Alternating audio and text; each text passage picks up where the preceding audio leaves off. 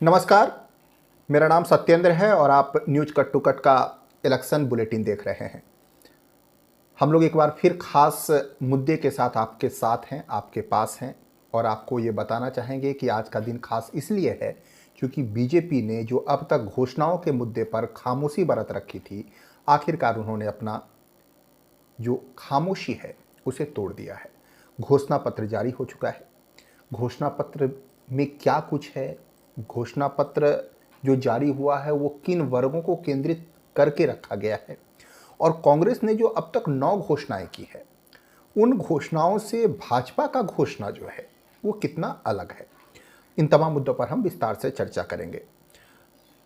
मेरे साथ जो कैमरे के पीछे हैं हमारे साथी अजीत हैं, वो आपको बताएंगे कि जिन घोषणा पत्र के बारे में हम विस्तार से चर्चा कर रहे हैं वो आखिरकार उन घोषणाओं में क्या कुछ सामने है और क्या कुछ घोषणाओं में अहम है। सबसे पहला तो इसका जो फ्रंट पेज अगर आप देखेंगे तो फ्रंट पेज ही आपको मिलेगा कि बिल्कुल अलग है। अलग इसलिए है कि आपको ऊपर दिख रहा होगा सरगुजा के लिए जो जानकारी है उसके मुताबिक बस्तर के लिए आपको इसी तरह से अलग अलग भाजपा ने जो गारंटी की है उस क्षेत्र के हिसाब से उसके लिए अलग अलग क्षेत्र के लिए अलग अलग संभाग के लिए अलग अलग गारंटी जो है वो जारी की गई है। तो सरगुजा के लिए ये जो घोषणा पत्र मैं आपको दिखा रहा हूँ वो सरगुजा के लिए है। उसी तरह से बस्तर के लिए भी अलग है, अलग अलग संभागों के लिए अलग है। तो सरगुजा संभाग के लिए ये मोदी की गारंटी है। हालांकि बहुत ज़्यादा बदलाव नहीं है, क्षेत्र विशेष के आधार पर इक्का दुक्का जरूर आपको बदलाव नजर आ रहे होंगे। फ्रंट पेज पर आप फोटो देख रहे होंगे, तस्वीरें हैं मोदी की गारंटी। चूंकि नाम दिया गया है तो जाहिर सी बात है मोदी की तस्वीर सबसे बड़ी है, बीच में है।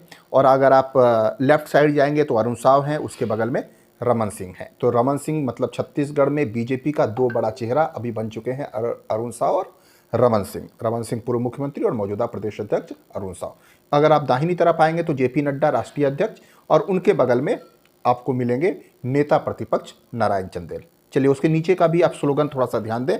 सशक्त छत्तीसगढ़ के लिए भाजपा को वोट दें, ये इन्होंने स्लोगन दिया है। ये एक तस्वीर बनाई गई है, तस्वीर को हम आपको दिखा देते हैं धीरे धीरे स्क्रॉल करते हुए।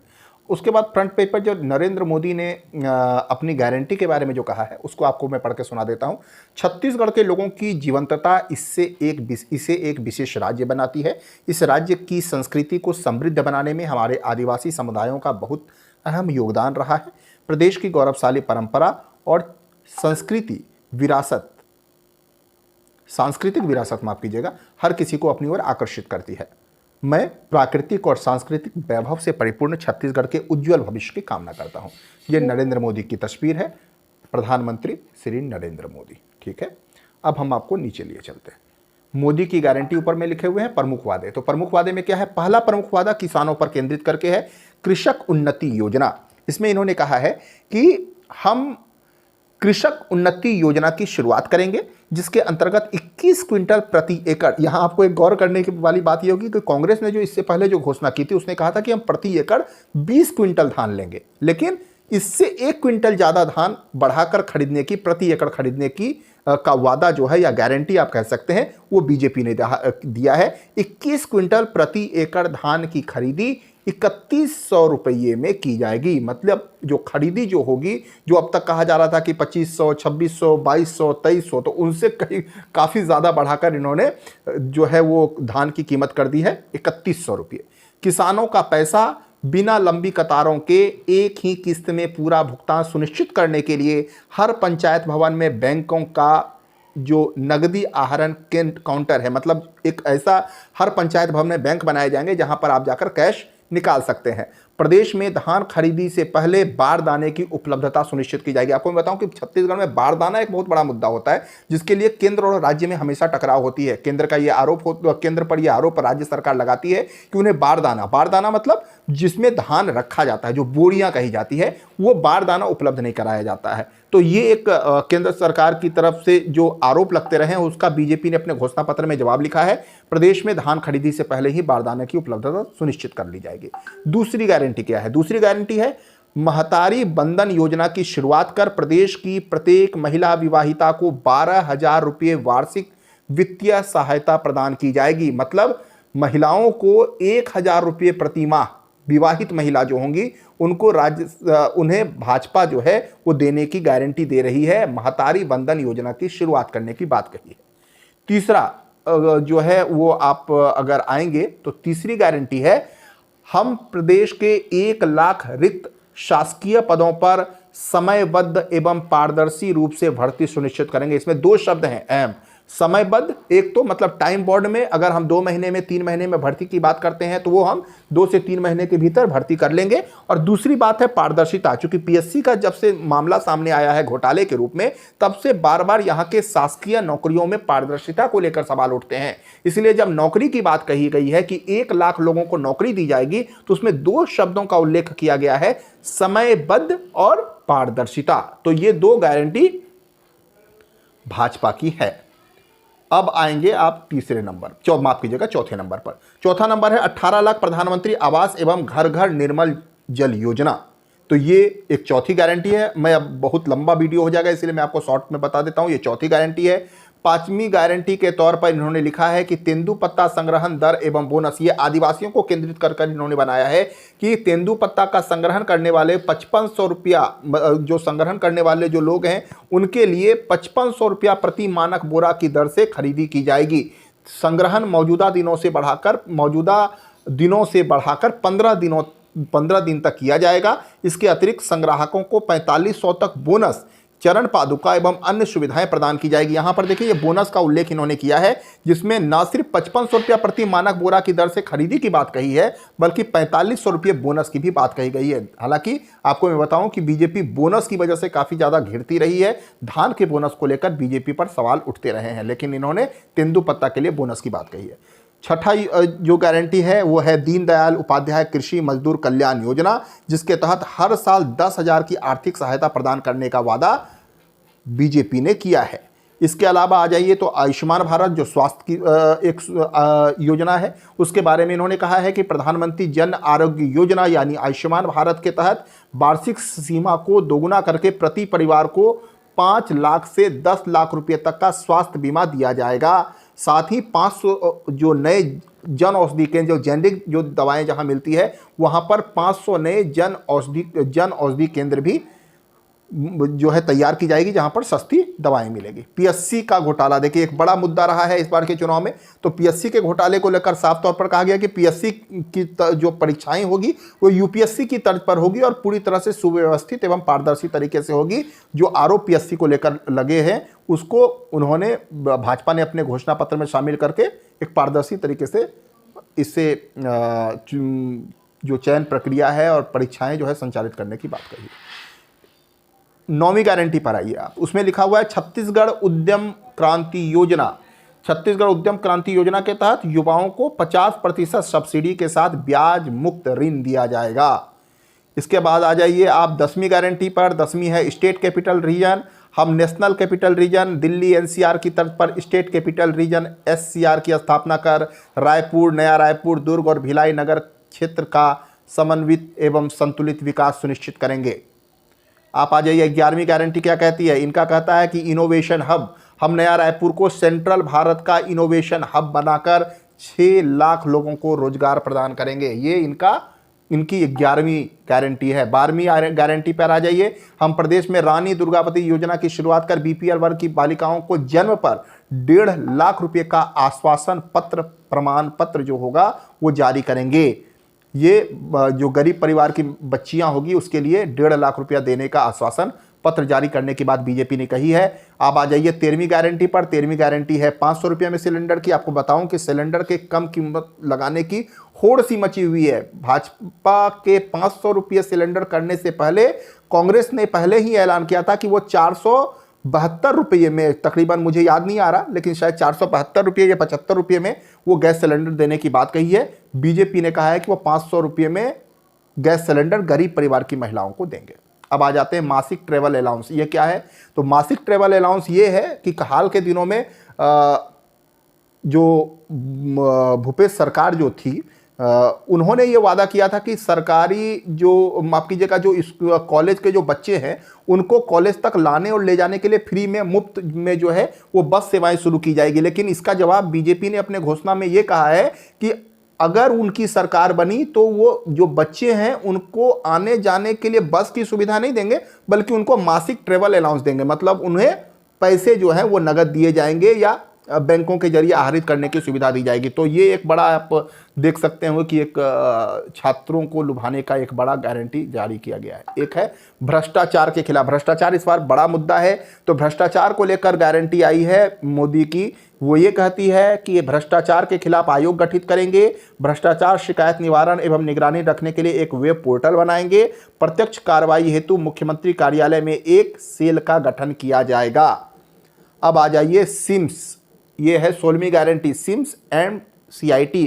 छत्तीसगढ़ के हर संभाग में एम्स की तर्ज पर Chhattisgarh Institute of Medical Science यानी सिम्स, अभी सिम्स जो है वो सिर्फ बिलासपुर में है, उसे ये कह रहे हैं कि हर संभाग में हम बनाएंगे एम्स की तर्ज पर। हर लोकसभा क्षेत्र में IIT की तर्ज पर छत्तीसगढ़ इंस्टीट्यूट ऑफ टेक्नोलॉजी यानी CIT का निर्माण किया जाएगा।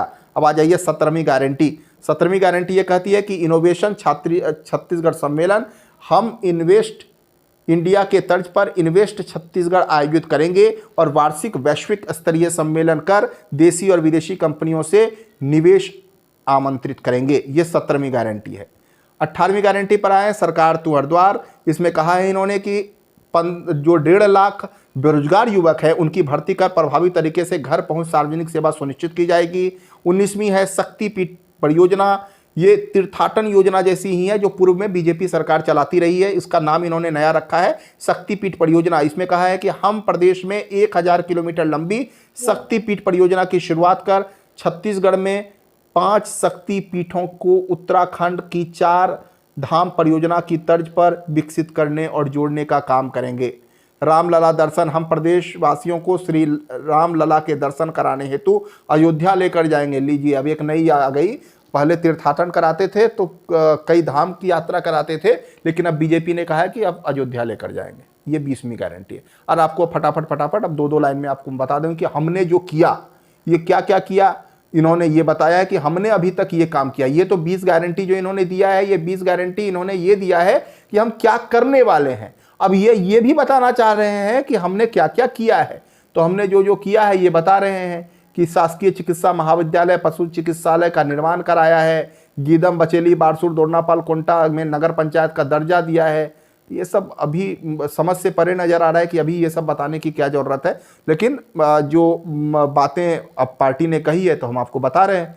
बताइए, सुनिए आप लोग कि बस्तर संभाग में बोल रहे हैं कि सभी जिलों में। अच्छा, अब आपको मैं एक पेचीदगी बता रहा हूं इसमें क्या है कि मैंने जो शुरुआत में जो आपको बताया था कि ये सरगुजा के लिए है, ये बस्तर के लिए, तो ये क्या कर रहे हैं कि उन क्षेत्रों में जो इन्होंने विकास किया है उसका भी पूरा लेखा जोखा दे रहे हैं। ये बस्तर के बारे में बता रहे हैं कि बस्तर में हमने महिलाओं को रोजगार प्रदान किया है, हम ही कर रहे हैं। अब ये बताइए, अब ये भी बोल रहे हैं कि हम ही कर रहे हैं। मतलब अभी तक क्या थी कि छत्तीसगढ़ की राजनीति में श्रेय लेने की होड़ थी। भूपेश बघेल की सरकार जब थी तो वो कहते थे कि मैंने किया है, मैंने किया है, मैंने किया है।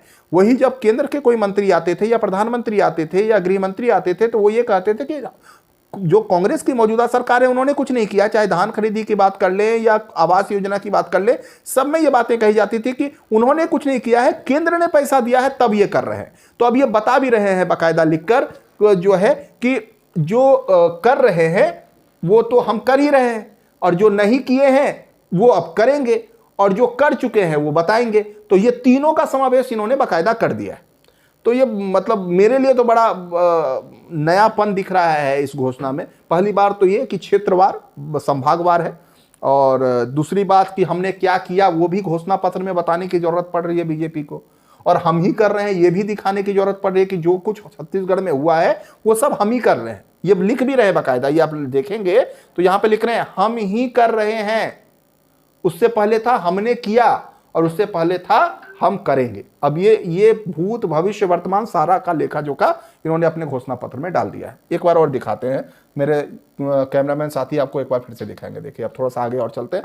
हमारा वादा है, ये हो सकता है ये सजाने का भी एक तरीका हो, लोगों को दिलचस्प लगे, हो सकता है इसीलिए इन्होंने अलग अलग टाइटल दिया। अब इन्होंने हमारा वादा किया है, हम तेंदुपत्ता को, तो ऊपर में जो इन्होंने जो गारंटी दी थी ना 20 गारंटी, अब इसको इन्होंने वेरीफाई किया है, मतलब उसकी डिटेल बताई है। तो वो डिटेल बहुत ज़्यादा पढ़ने की जरूरत नहीं है, लेकिन मैं चुनिंदा जो 1-2 चीज़ें नयापन दिखेगा मैं आपको वो जरूर बता देता हूँ कि 5500 रुपया में खरीदी करेंगे, ये तो पहले बता चुके हैं।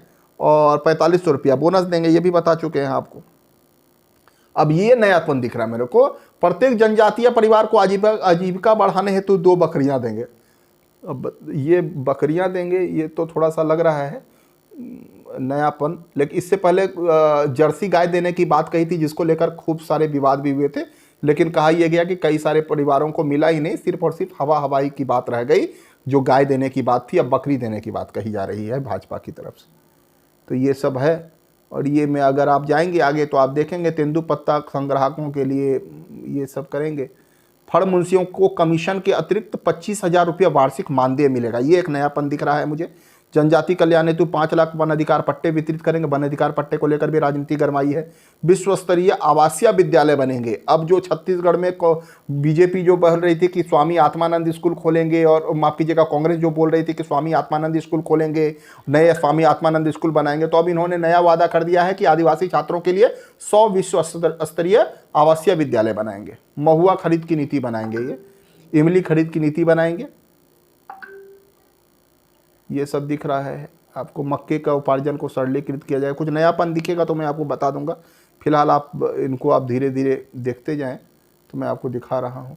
नमो पोषण की शुरुआत, सरकारी स्कूलों में कक्षा 1 से 8 तक के छात्रों को मध्याह्न भोजन के अतिरिक्त सुबह का नाश्ता भी दिया जाएगा। ये बिल्कुल नया है, ये इस पर हमारी नज़र नहीं पड़ी थी। मैं अभी आपको बताते बताते ध्यान दिया हूं कि छत्तीसगढ़ में अभी तक मध्याह्न भोजन नहीं मिला करता था। ये जो कह लीजिए कि दूसरे भी प्रदेश में जो मध्याह्न मिड डे मील जो चलता है तो उसमें दोपहर का भोजन दिया जाता है, लेकिन अब इनका ये कहना है कि बीजेपी की सरकार बनी तो बच्चों को सुबह का नाश्ता भी मिलेगा।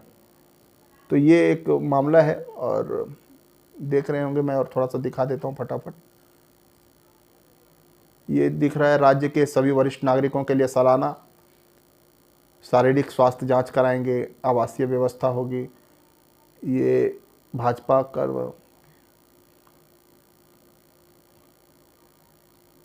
मंदिरों और तालाबों का सौंदर्यीकरण करने की बात कही है। महाराजा प्रवीर चंद्र भंजदेव जो है वो करेंगे, जो है वो हैंडीक्राफ्ट प्रमोशन पॉलिसी 2024 लागू कर कारीगरों और बुनकरों के लिए उत्थान के लिए मार्केटिंग एवं इनोवेशन पर विशेष जोर देंगे। उसके अलावा अगर जाएंगे तो महाराजा चक्रधर कला एवं संगीत अकादमी की स्थापना की जाएगी। पंजीकृत रामायण मंडली, और अगर आप आएंगे इधर तो प्रोत्साहन राशि की बात कही जा रही है। खेल अकादमी बनाने की बात कही जा रही है। नीचे आएंगे तो सरगुजा, बिलासपुर, दुर्ग, रायपुर और बस्तर संभाग में कुल 5 बहुउद्देशीय स्टेडियम स्थापित कर पारंपरिक खेलों की मेजबानी और प्रशिक्षण सुविधाएं प्रदान की जाएगी। बागवानी फसलों के लिए घरेलू उत्पादन को बढ़ावा देने और फसलों के स्वदेशी किस्मों के विशेष जो है वो करने की योजना तैयार की जाएगी। तो हम 44 तक आ चुके हैं। अब 45वां देख लीजिए कि मानव पशु संघर्ष को रोकने के लिए जो फिलहाल छत्तीसगढ़ में लगातार देखी जाती है कि जंगली जानवरों के वजह से काफ़ी सारे मानव हानि होती है, तो उनके रोकने के लिए कुछ वादे किए गए हैं।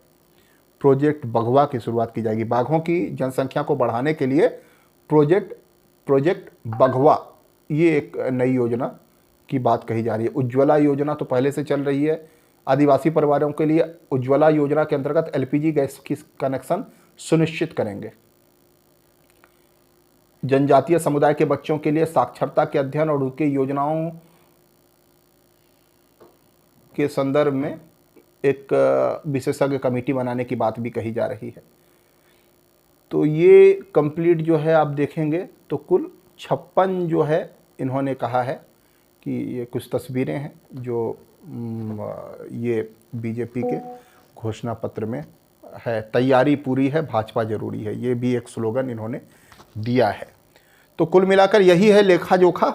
20 गारंटी जो ज़्यादा ज़रूरी है, बाकी चीज़ें तो सिर्फ और सिर्फ यही है जिसका डिटेल दिया गया है, और बहुत ज़्यादा कुछ जितना समझ पा रहा हूँ बहुत ज़्यादा कुछ नहीं है। भाजपा का घोषणा पत्र अमूमन जो है वो कांग्रेस की कॉपी लग रही है मुझे।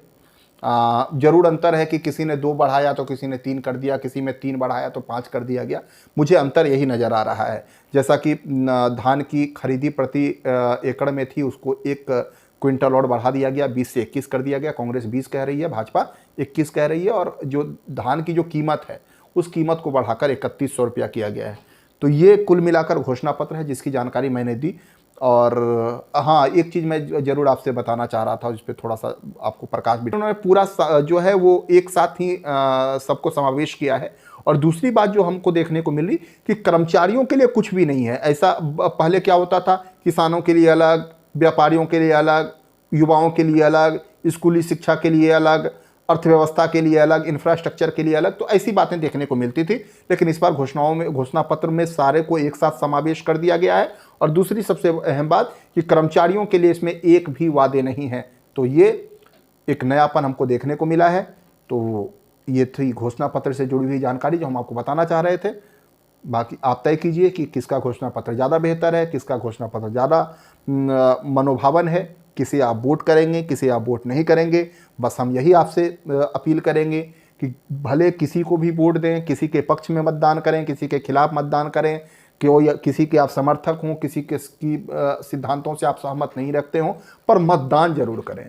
आपका एक वोट आपके प्रदेश की तस्वीर बदल सकता है, आपके जनप्रतिनिधि का भविष्य तय कर सकता है। तो जरूर तय कीजिए, क्योंकि आप जब वोट करेंगे तभी आप उस चीज के हकदार हैं कि हमारे क्षेत्र में कोई अगर काम नहीं हुआ है तो शिकायत कर सकते हैं आप। अगर आप वोट नहीं करेंगे और आपके क्षेत्र में विकास नहीं होता है, आपके प्रदेश में विकास नहीं होता है, प्रदेश में भ्रष्टाचार होता है, तो फिर आपको बोलने का कोई हक नहीं होगा, क्योंकि आपने वोट नहीं किया है। आप और हम जिसे चुनेंगे वही हमारा भविष्य तय करेंगे। इसीलिए वोट जरूर दीजिएगा, अपने मताधिकार का प्रयोग जरूर कीजिएगा, क्योंकि आपका मत सिर्फ एक विधायक और एक मंत्री तय नहीं करता, एक मुख्यमंत्री तय नहीं करता, आपके प्रदेश के भविष्य, आपके बच्चों का भविष्य, आपके परिवार का भविष्य भी तय उस एक वोट से होता है। नमस्कार।